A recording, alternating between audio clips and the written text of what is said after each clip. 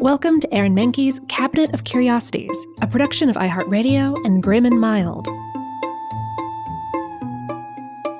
Our world is full of the unexplainable. And if history is an open book, all of these amazing tales are right there on display, just waiting for us to explore. Welcome to the Cabinet of Curiosities.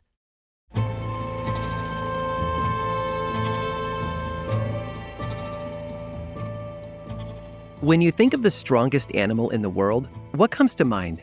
Maybe you imagine the blue whales, clocking in at over 100 feet long and weighing around 200 tons. They're the largest animals to have ever existed on Earth. Their hearts alone can weigh up to 400 pounds, and the ventricles inside are big enough for a human being to crawl through. Or maybe you think of elephants. The African bush elephant is the largest land mammal on the planet. They can grow up to 24 feet long, 13 feet tall, and weigh up to 11 tons. They also have a lifespan of about 70 years, which is longer than any other mammal except humans. Or perhaps you think of ants. The common American field ant is, pound for pound, stronger than any bodybuilder out there. They can lift up to 5,000 times their own body weight. That's like a 200-pound man lifting 1,000,000 pounds. So when it comes to the world's most industrious animal, there's some seriously tough competition. But the organism that tops the list might surprise you. It was discovered in 1773 by a German naturalist named Johann August Ephraim Gause. And that's kind of a mouthful, so we're just going to call him Johann. Now, Johann discovered an organism that defied everything scientists knew about life on Earth. You see, he was really into studying water, and specifically the microorganisms that lived in water. Well, one day he was looking at some liquid under a microscope, and he noticed this tiny little thing wriggling around beneath the lens. It had 8 legs, translucent skin, and a tube for a mouth. Johann thought this was curious. This aquatic being looked kind of like a miniature bear, and so he named it a Wasserbear. That's water bear in German. And Johann noticed something very interesting too. When the water bear was taken out of water, it dried up, but it did not die. It entered a sort of sleep-like state, kind of like an actual bear going into hibernation. As soon as it was back in water, it woke back up, good as new. Now, even in the 1700s, this discovery definitely caught the attention of the scientific community. An Italian clergyman named Lazzaro Spallanzani began studying the animal, and he noticed that it moved really slowly. So he gave it the name Il tardigrado, or slow stepper in Italian. In English, we would call the animal the tardigrade. Since it was first found, scientists have done a ton of research on tardigrades. Here's what they've discovered so far. When a tardigrade is in the water, it seems like your standard microorganism. It only has a life expectancy of a few weeks, but when it dries out and enters that hibernation, which the scientists call the tun state, it becomes nearly indestructible. And I'm not exaggerating either. In the tun state, tardigrades can withstand temperatures as low as 1 degree above absolute zero and as high as the boiling point of water. They can get blasted with thousands of times the radiation that would be fatal to a human and be totally fine. They can even go into the vacuum of space with no high-tech astronaut gear, might I add, and return to Earth unscathed. Basically, name an apocalyptic scenario and the tardigrades will probably be A-okay. Oh, and I should also mention they can stay in the tun state with no food or water for 30 years. Now, based on the fossil record, scientists believe that tardigrades have been around for about 600 million years. That means they existed 400 million years before the dinosaurs, and they survived the mass extinction that made the T-Rex a thing of the very distant past. Because of their incredible strength, tardigrades can be found on every continent, including Antarctica. If you scoop up some water from a nearby pond or lake, chances are you might be able to find one swimming around inside.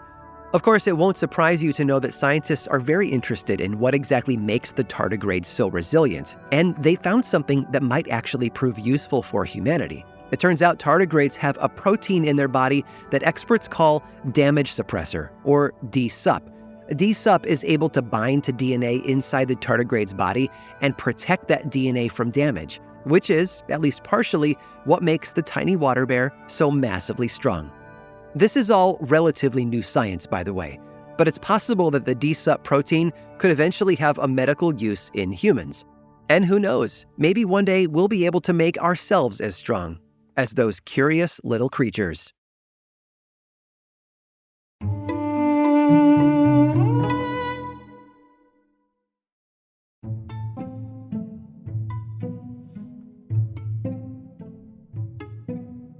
We all love our pets, sometimes a little too much. We don't just spring for the gourmet food and expensive colors, but there are also those little outfits, the treats, and they usually hog our covers at night as well.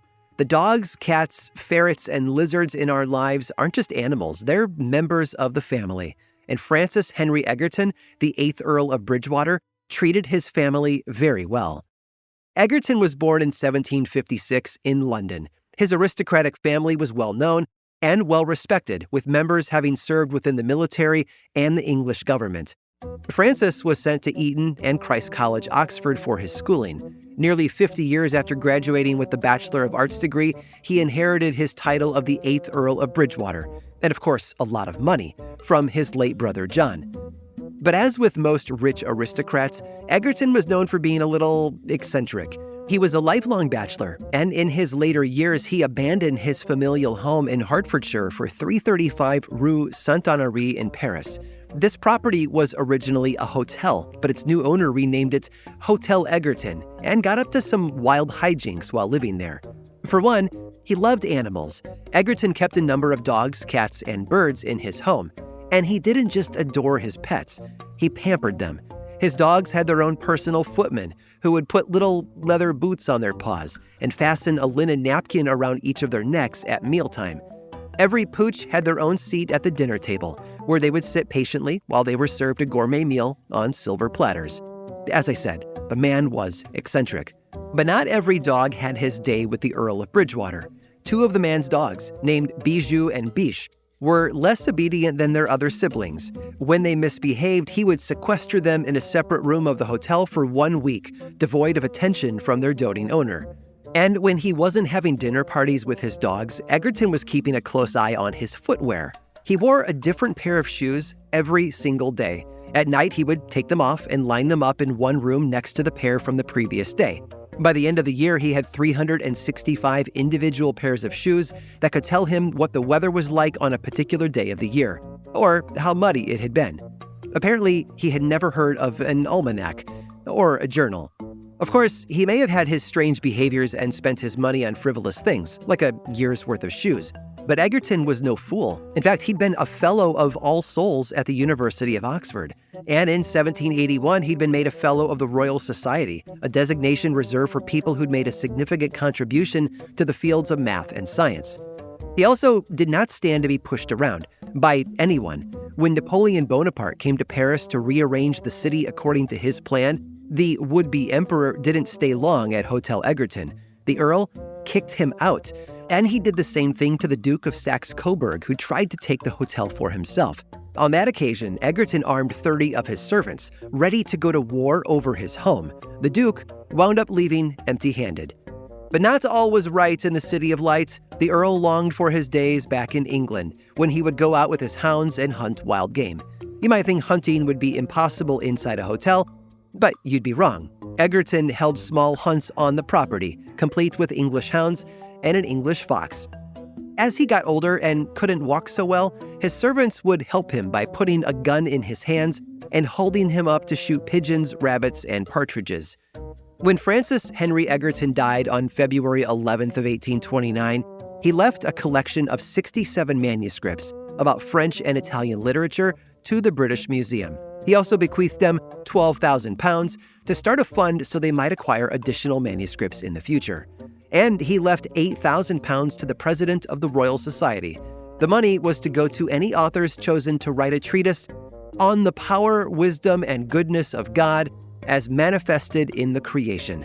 8 such treatises were composed between 1833 and 1836.